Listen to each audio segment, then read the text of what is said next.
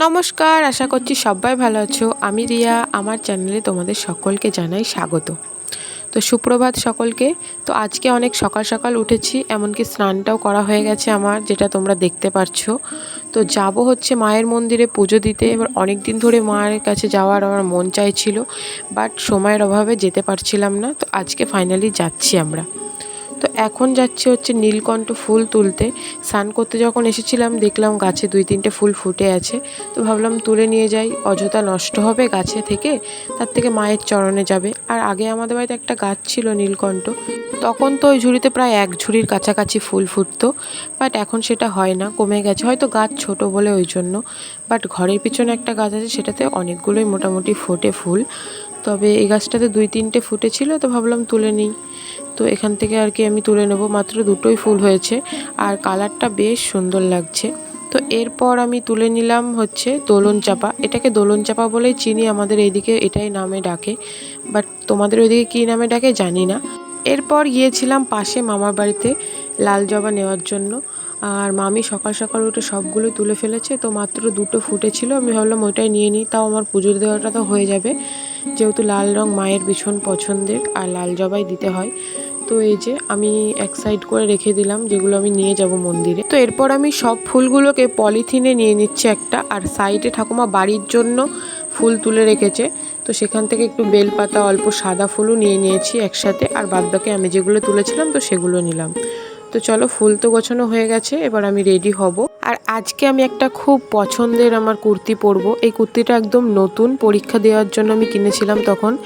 তো দুটোর মধ্যে একটা পরে নিয়েছি, আর এটা হচ্ছে একটা। এটা খুবই সুন্দর একটা কালার, আর প্রিন্টটা দেখো কতটা সুন্দর। মোটামুটি রেডি হয়ে গেছি, আর সব কিছু তো আগেই গুছিয়ে নিলাম, দেখতে পেলে তোমরা।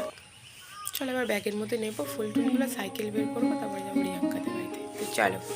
আজকে যেই লুকটা ক্রিয়েট করেছি ওটা রাতের মধ্যে ভেবেছিলাম আমি যেরমভাবে সেজেগুজে যাব পুজো দিতে। তো যাই হোক, এই ব্যাগটা দেখতে পাচ্ছ প্রায় 3 বছর হয়ে গেল। যখন আমি নতুন কলেজে উঠি, আমার দিদি আর মা মিলে টাউন থেকে কিনে নিয়ে এসেছিলো আমার জন্য। তো এখনও ভালো আছে, বাট চেনটা নেই, মানে কেটে গেছে চেনটা। তো মোটামুটি আমি চালিয়ে নিতে পারবো, যেহেতু সাইড ব্যাগ। তো এবার আমি সাইকেলে নিয়ে নিলাম আমার ব্যাগটা। এরপর চলে এসেছিলাম হচ্ছে রিয়াঙ্কাদের বাড়ি। তখন আর ক্যামেরা অন করা হয়নি। তো এখন মেন রোডে চলে এসেছি, টুকটুকি ধরবো। তো কাকুকে এটাই জিজ্ঞাসা করছিলাম যে কাকু নিয়ে যাবে একেবারে মন্দিরের সামনে? তো কাকু বললো যে ঢুকতে পারবে না, তাই আমাদের একটা রাস্তা দিয়ে ঘুরিয়ে নিয়ে যাবে। তো আমরা বললাম অসুবিধা নেই, চলো চলে যাবো আমরা।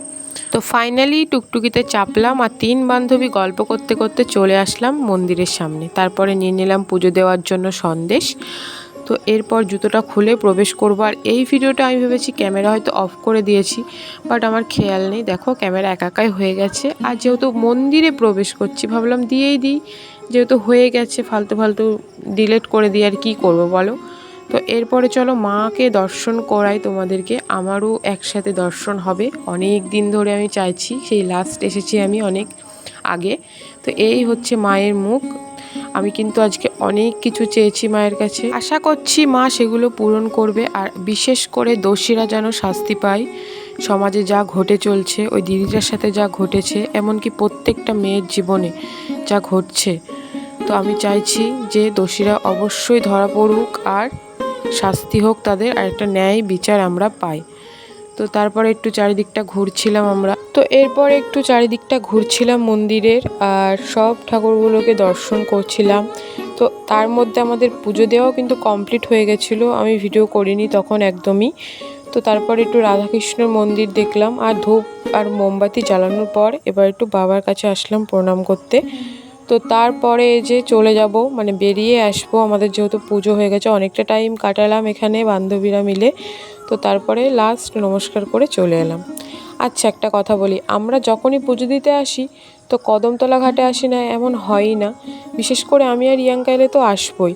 তো চারিদিকটা একটু দেখাচ্ছিলাম তোমাদের, যে দেখো কদমতলা ঘাট আগের কীরকম ছিল আর এখন, মানে লুকটা পুরোটাই চেঞ্জ হয়ে গেছে।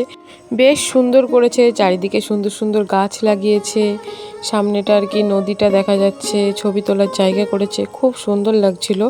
তো আমরা অনেকটা টাইমই কাটিয়েছি। জানি না।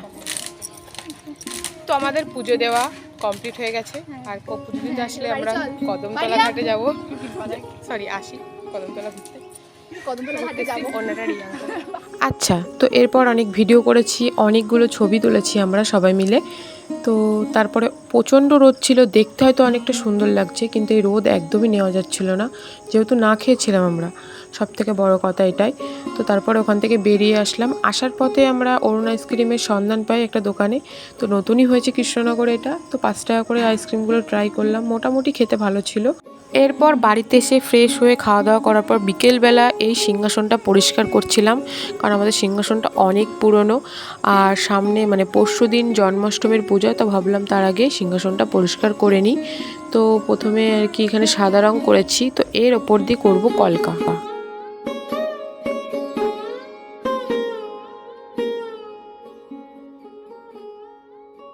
তো এরপর যখন দিদি এলো, তো দিদিকে বললাম একটু ক্যামেরাটা করে দিতে, তো ও সুন্দর করে ক্যামেরাটা ধরে দিল, কারণ ও পাশে আর কি এই সিংহাসনের অন্য পার্টগুলো একটু রং করছিল সাদা রংটা।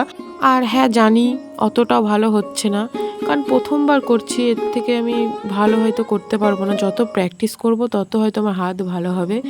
আর যারা এগুলো করে তারাই একমাত্র জানে এটা কতটা মন দিয়ে করতে হয় সুন্দরভাবে, ধীরে সুস্থে, নয়তো একবার একটু টান মারলেই খারাপ।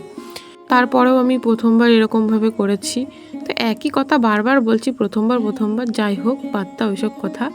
তো এখানে একটা কথা বলি, অনেকের ভিডিও আমি দেখি যারা এরকম আর্ট নিয়ে ভিডিও পোস্ট করে, তো আমিও ভাবছি এবার থেকে কিছু না কিছু পোস্ট করতে থাকবো, আর বড় ভিডিও পোস্ট করবো, কারণ আমি এর আগে শুধু মিনি ব্লগই পোস্ট করতাম। তো এখন মোটামুটি কমপ্লিট হয়ে গেছে ওপরটা, তো এখনও পুরোটা হয়নি, যেহেতু দেখতে পাচ্ছ শুধু ওপরটা করলেই হবে না, পুরোটাই করতে হবে, তবেই ভালো লাগবে। তো সেটাই দেখাচ্ছিলাম, আর নিচগুলো তো করতে হবে বললামই। আর হ্যাঁ, কেমন হয়েছে কিন্তু অবশ্যই জানাবে, যদি ভালো লাগে অবশ্যই লাইক করবে, আর যদি ভালো নাও লাগে তাও কমেন্ট করে জানাবে। তো আজকে ভিডিওটা এতটুকুনি ছিল, কেমন লাগলো অবশ্যই জানাবে। তো টাটা আজকের মতন।